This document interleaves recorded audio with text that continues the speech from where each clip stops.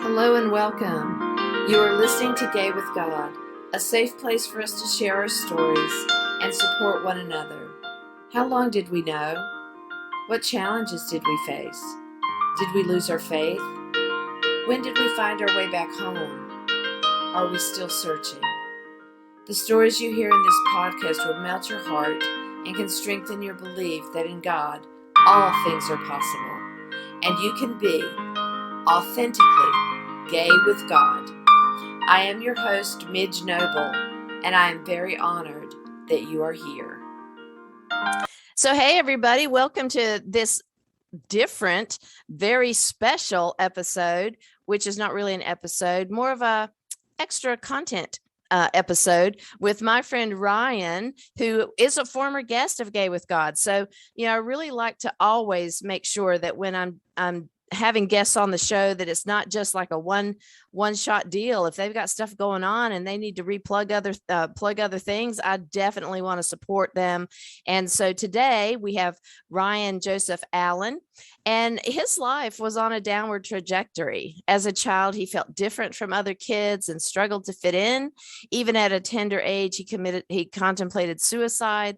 In his teenage years and as a young adult, he hid his true self and numbed his emotional turmoil with alcohol, drugs, and self-destructive behaviors. When he summoned the courage to share his secret and come out to a close friend, her response added another layer of self-hatred. How could he love and accept himself as a gay man when he was taught that God and the church considered it wrong? So you guys know, based on the other time that we got to speak with Ryan, that, he wrote this book, and it's an amazing, amazing thing to have a book written by this author. And also it's an amazing thing that we're able to share this time and promote that book. So Ryan, welcome back to Gay with God. Oh, thank you so much. I'm so excited to be here, Midge, and just to be a part of Gay with God and spread some love with you. That's my main goal in life. So definitely with the book, that's my main thing too. Yay. And that's why we hit it off so well, everybody, because, we're so aligned with how we feel about things and what our mission is. So Ryan, I almost didn't make it to this to this time with you today because I already bought the book and I was reading it and I was like, I got caught up in it and I was like, oh shoot, no, I really need to go. I need to go so I can talk to him about this. But it was really awesome to start with your mom, and your mom wrote the foreword to the book in the first chapter. Yeah. So my mom is, she's been a psychotherapist and counselor for 20 years or so plus, and delved into her own spiritual journey around 13, 14 years ago, about 3 or 4 years before I had my kind of awakening and reconnection with God. And she wrote a book, and it's in the midst of being published as well. It's more about relationship dynamics for women, though it's applicable for all people, men and women. But it's really geared towards women on how we show up better for, or I shouldn't say we, how women show up better for other women. Sometimes I identify as all kinds That's of different okay. You can identify female. So. Just let me know what your pronouns are if I mess them up. No, we're good. We're good with he, him, his. But this is something I don't talk about much in the book, and we can talk about it or not, but it is interesting because as a child, I didn't subscribe to these like gender norms. And really, I'm probably much more gender fluid, especially as a child. But since I was programmed by society, by church, by others around me to not be that way, I've kind of come into to accept that, I'm a male, identify as male. But, a lot of my gender norms are really more aligned with people that identify as female. So it's interesting and it's complicated. So when people are like, I'm gender fluid or non-binary, like everyone's story in that area is so different. And like I said, when growing up, I really felt like I was probably non-binary or gender fluid, probably more gender fluid, which means that you kind of flow with the gender you feel in the moment. Sometimes that's male, female, or no gender at all. You just identify as they, them, or just by your name. And so I find that really interesting. But back to my mom. Yes. That was a side note there. That's fine. That's perfect.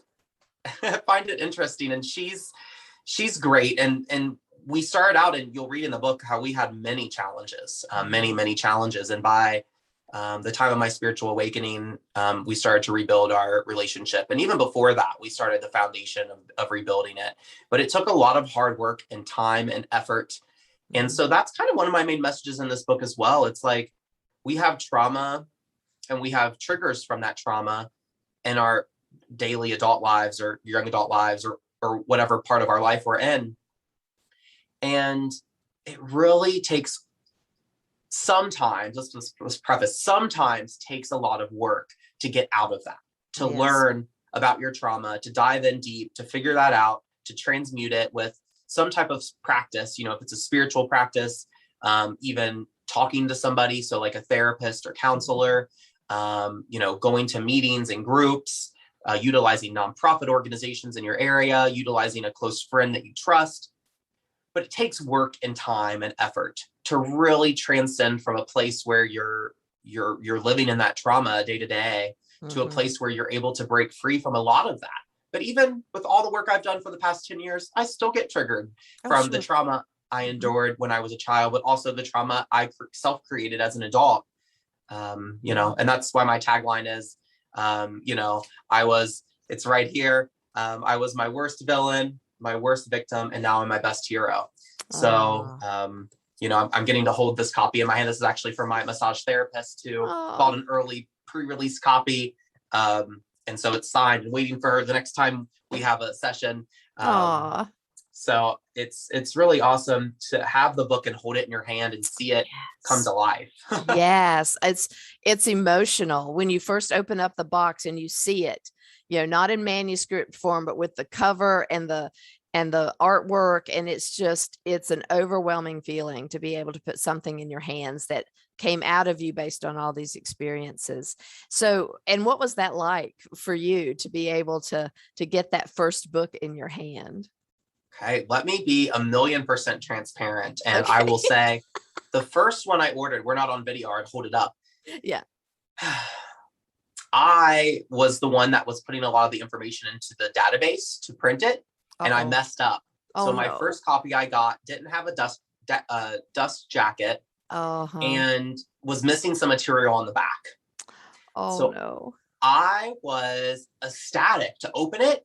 But then we recorded it and you could instantly see that I was like disappointed. Oh, sure. And, and I was so excited because I had a friend here from out of town. My daughter was here. She helped kind of open it and release it with me. My partner, my mom, all these amazing people. And I felt so guilty because I was upset in that moment. And it took me some time to process through that.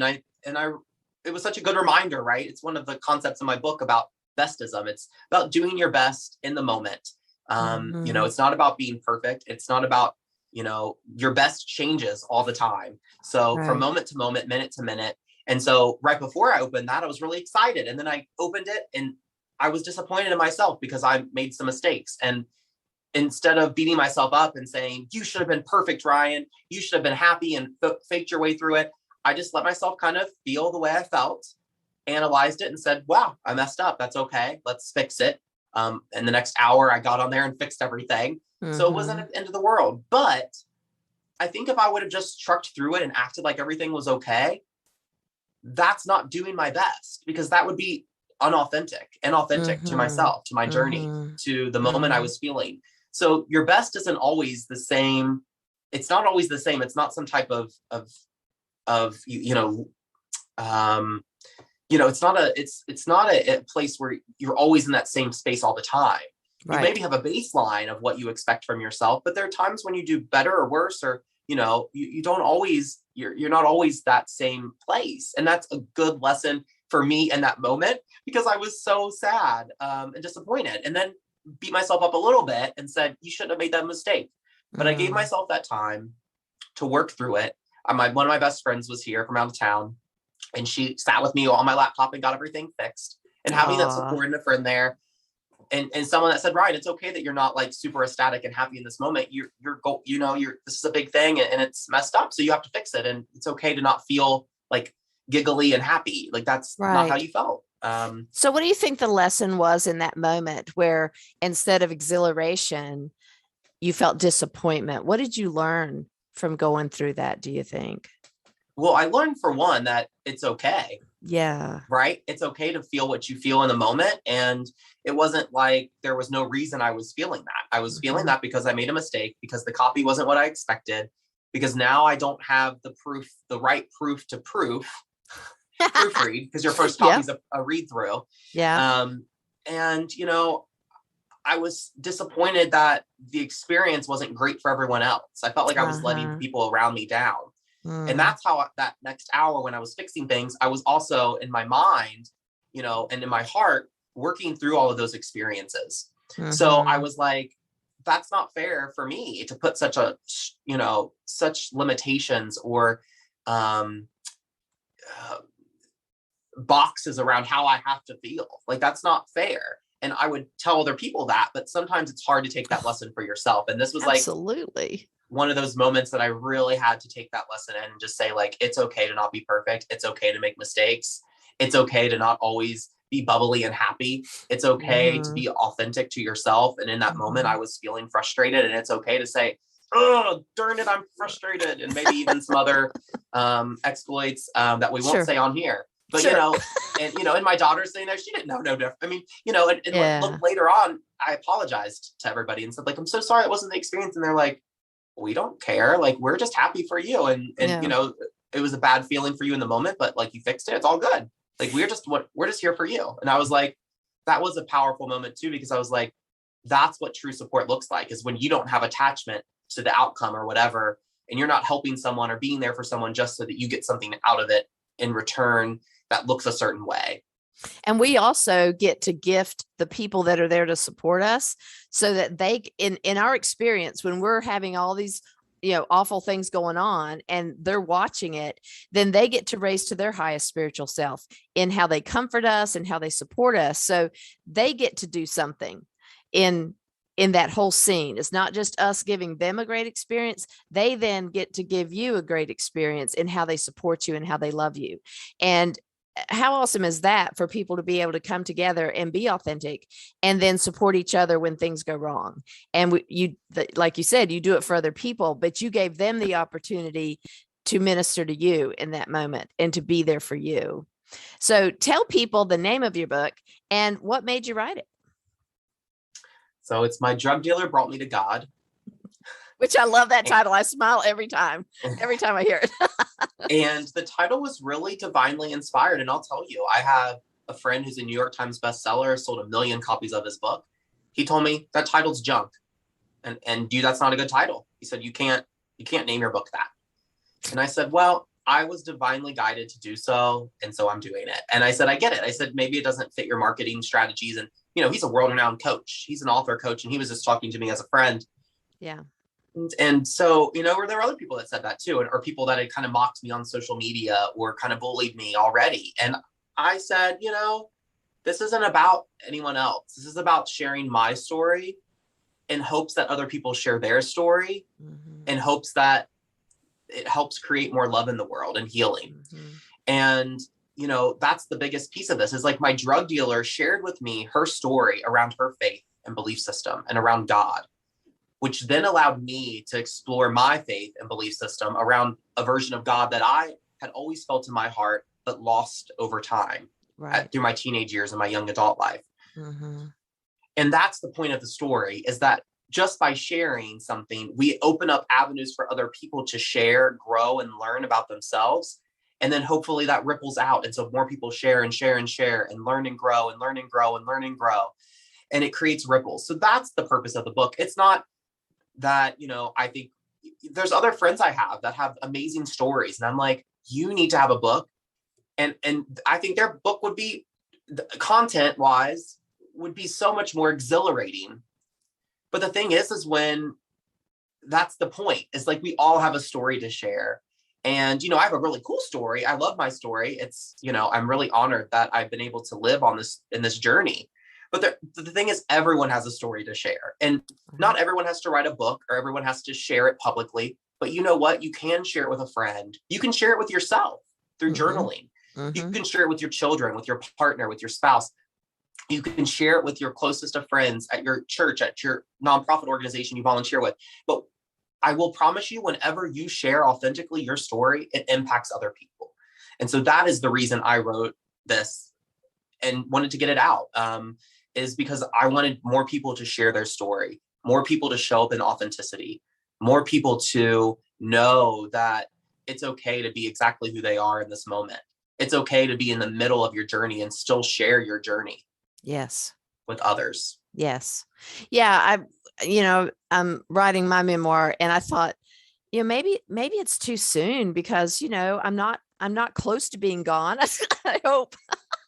And I always thought about a memoir being like the last thing that you do, on earth, sort of like, getting your coffin ready. But I felt like that even though my journey's not over, that exactly what you said, if I share my story now, my story is relevant now.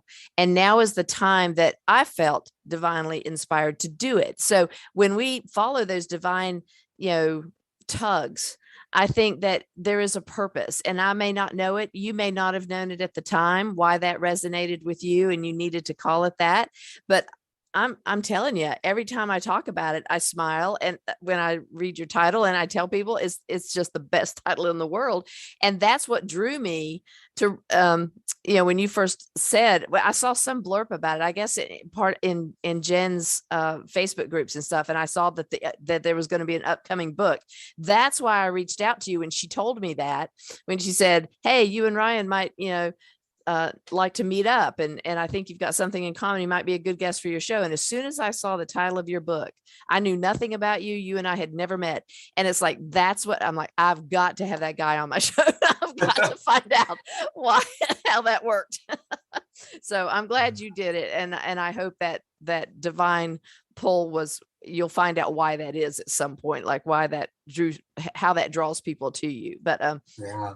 Well, and I want to share one more thing, Midge, and it's interesting because as the release of the book came out, I started writing this 2 years ago. Actually, the whole manuscript was at least very rough draft 2 years ago. It was completed.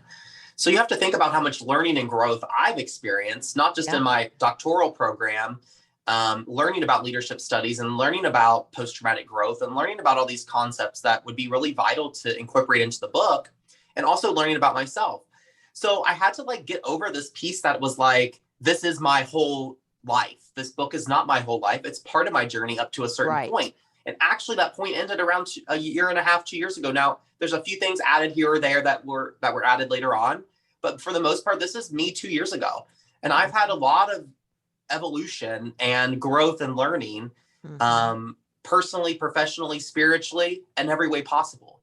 So I had to, at some point, just to say, it's okay. And you know what? This is a great starting point of creating conversations. And so that's why for my book launch, I decided to do 7 book readings in my area of Cincinnati, Ohio, so the regional area, around creating community conversations. So I'm going to read a little part of the book, and then I'm going to really dive into a community conversation around that intersection with LGBTQ community stuff, addiction and recovery stuff, mental health stuff, single dad stuff. I mean, there's just a million intersections in there. And we're going to dive into those and talk about those and create a conversation, because that to me was more important than just me sitting up on stage, reading a book, trying to sell copies. Like that, to me, the copies will come because however it's supposed to happen organically.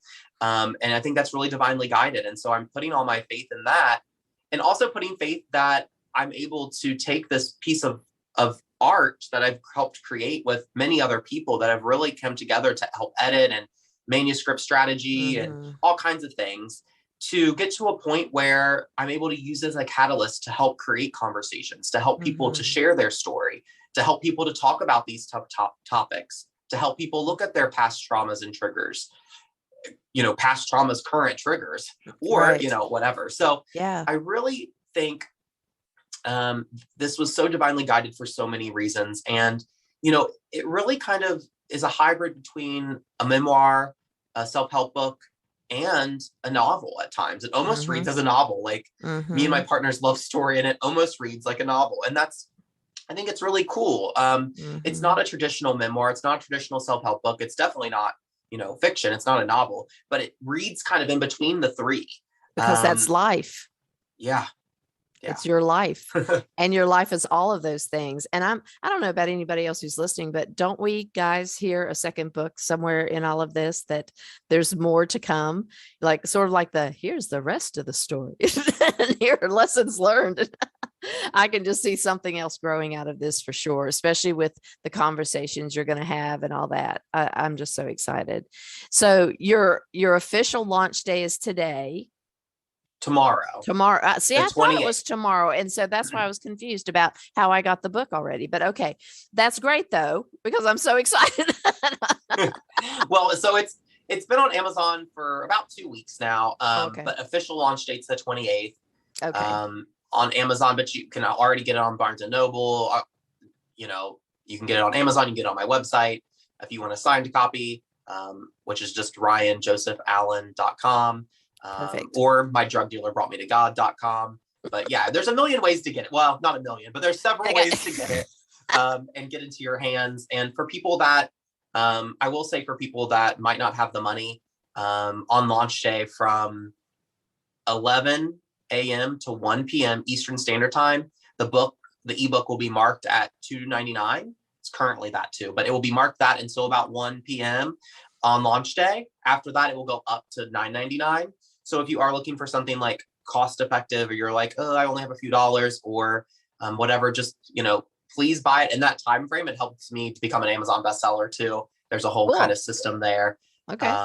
And additionally, just if you're someone and you're like, I really don't even have $1 to my name, please email me and I will get you a copy, a virtual copy at least. So I want to make sure that everyone has access to it. Local libraries are picking it up. So nice. The Hamilton County Cincinnati Library just bought 10 copies. Nice. I don't know if they're on the shelf yet, but they should be on the shelf any day now, which is super exciting. And other libraries are starting to pick it up. So I just know I wanted you to have access to it, because I think the content is something that can really be a benefit to everyone, especially people that have an intersection with mental health, recovery, or addiction, LGBTQ communities, and, really diving into the spiritual and faith-based communities as well. And it doesn't mean that you have to be LGBTQ and a person of faith.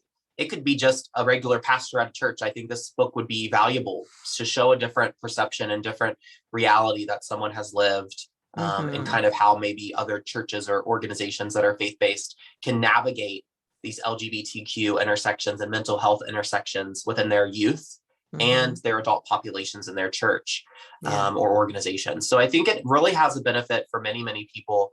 And even if it's just to hear a story that's different than your story, or a different story than what you've heard in the past, I think that's beneficial. But there's also a 40-page workbook that's in the back of the book. That's also a free download on my website. I know people are like, you shouldn't give it for free. You should charge extra money. And I'm like, absolutely not. It's in the book when you buy it. It's on my website for free. So you can download it if you rent it from a library, or you want to print it out and follow along with the book as you go, so you don't have to flip back and forth. It's there for a reason. I was very intentionally put it out so that it was accessible to people that maybe were lower income, or people that just were like, wanted to get it but didn't want to pay the money. Like, I wanted to make sure they have access. And I will say that without the book, the workbook doesn't have the same context. So you might not get the same from it if you just get the workbook. Right. But like I said, for people that don't have access to it, please let me know, and I'll make sure you get it from a library, or I can send you a free copy. Yeah. I just feel called to do that because I feel called to help people in whatever way it can help people. So that is so compassionate. And that's, so giving a book online for $2.99, and then you've got the free download, or it's in the book, but like you said, if you want the free download, then you can do it in tandem. But that kind of grace and that kind of compassion is what draws me to your mission, because you're not doing it for the money, although there's nothing wrong with money, people, and it's okay if he makes a lot of money doing this book.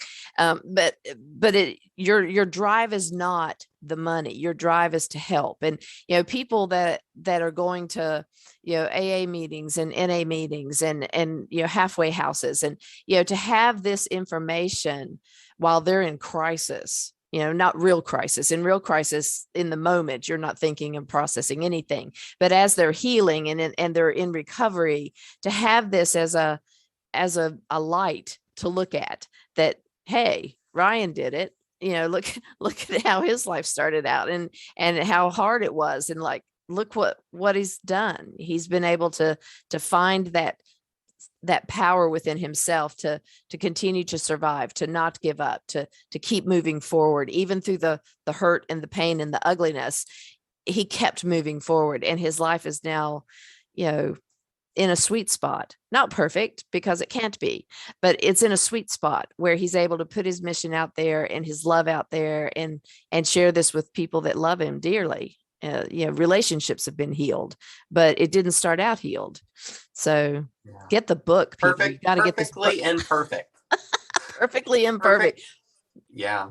Yes. There's always, and this is something that it's just a core value to me, and it is constant learning.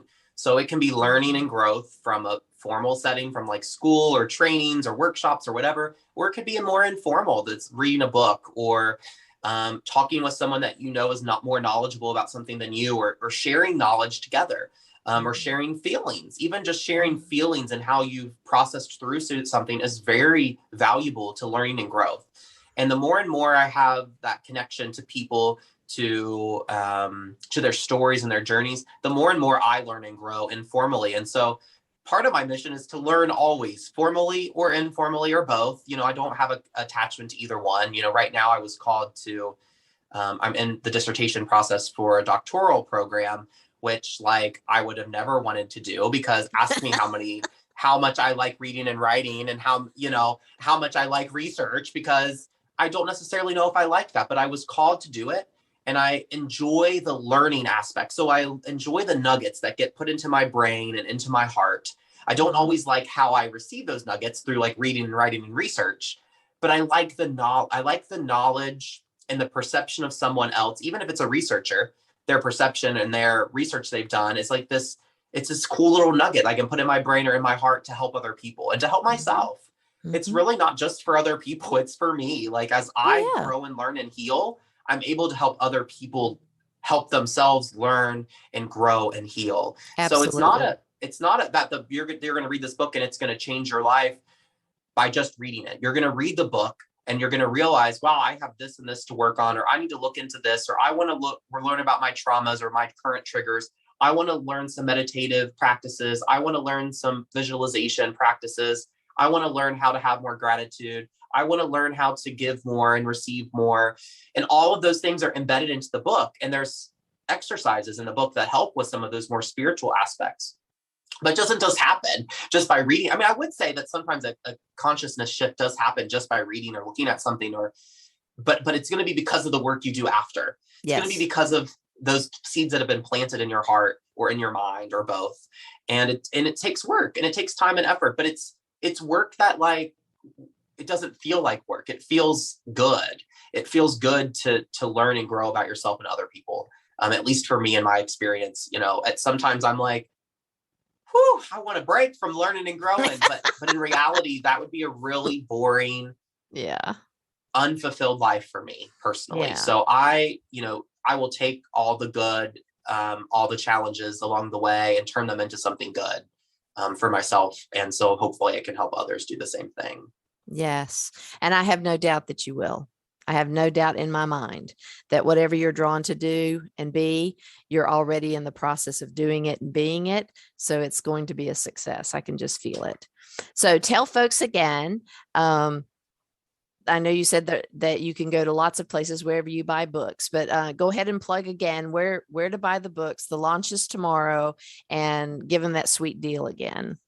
Yeah. So launch is Tuesday, September 28th, 2021, from 11 a.m. to 1 p.m. Eastern Standard Time. So I really, really want you to go on Amazon and buy that book for $2.99 between those hours, because it helps me become an Amazon bestseller. You can get there simply you can go to Amazon and search My Drug Dealer Brought Me to God, or you can simply type Ryan on Amazon.com/now. Or RyanJosephAllen.com/now. Either one of those is going to take you directly to the Amazon purchase page. I was able to purchase that URL and get that all worked out so that it's easier to find for you all. So it's easy to direct people towards, and really please, and buy your paperback and hardcover copies as well, during that time. But please, please, please buy the ebook. It's $2.99. So even I'll if you're buy it buying the again paperback, tomorrow. and I'm just, it's going to help become an Amazon bestseller, which opens doors to speaking and workshops and things that I'm already doing, but would love to do more of, because I think that's a way to really impact larger numbers of people at a certain time, at a single time. So, and this is really where I'm guided to go, is to, speak to people about my journey. And it doesn't have to be anything clinical. It doesn't have to be anything, this or that or the other.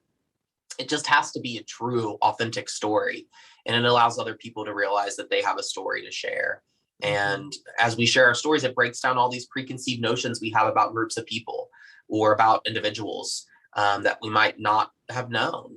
And I think it ripples out to other areas in your life, not just your relationship with that one person, not just your relationship with LGBTQ people, not just your relationship with people of faith or people in recovery or people of this or that or other, single dads, whatever it may be. It really helps understand such a vast array of different people just by listening to one person's story when you look at those intersections. So I think, I'm really hoping, and I know that it will be valuable for many people, and, just honored that I was able to pull it together and have it come to life. This is something that's, like I said, it's taken years, and it's taken a lot of money and time and resources. It's almost been like a full-time job, especially at times, to get this out. And doing this and your doctorate program, oh my gosh, your brain cells must be fused together by this time. But well, luckily I was just about to take my study to the internal review board, which is like the board within the university that approves it.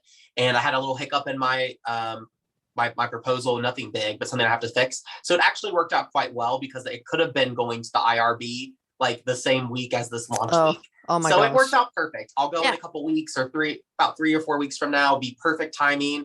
Everything is great.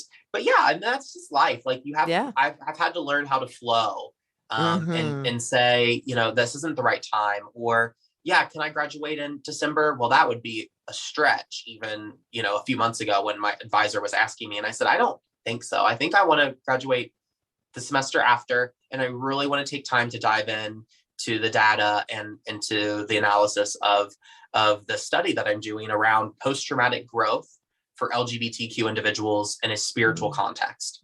So it's going to look at allies. So 2 different groups, allies and LGBTQ individuals that have experienced post-traumatic growth. So they've experienced some trauma in their life, and now they self-identify as have grown from that trauma. Nice. And then in a spiritual context, so that they've grew or learned in some way spiritually. And that could be one way or the other. It could be they started out really non-spiritual, ended up spiritual, or they started out non-spiritual, or started out, that could be either side. They start out spiritual and in spiritual, start out non-spiritual and spiritual, start out non-spiritual and non-spiritual, start out spiritual and non-spiritual. So it looks at different ways. And what my hope is that we'll be able to see some data that reflects certain patterns and starts as a foundation for further research around post-traumatic growth for LGBTQ individuals around religious trauma, because there is zilch about that's out there right now.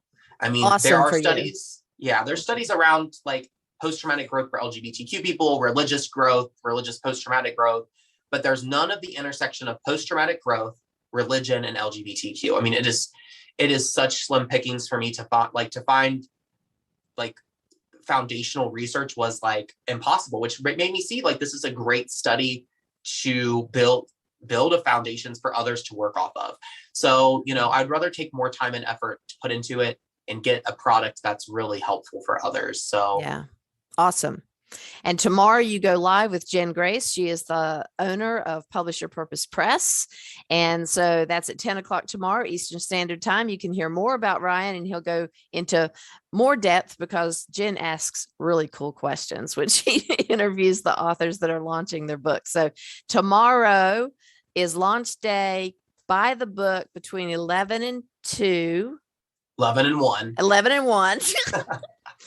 Numbers and mids just don't click. 11 and 1, and you can get it online and get this guy to the top of the author list so that he can go tell this story and speak in many different places. And if you want to have Ryan speak, go to that website and hire him.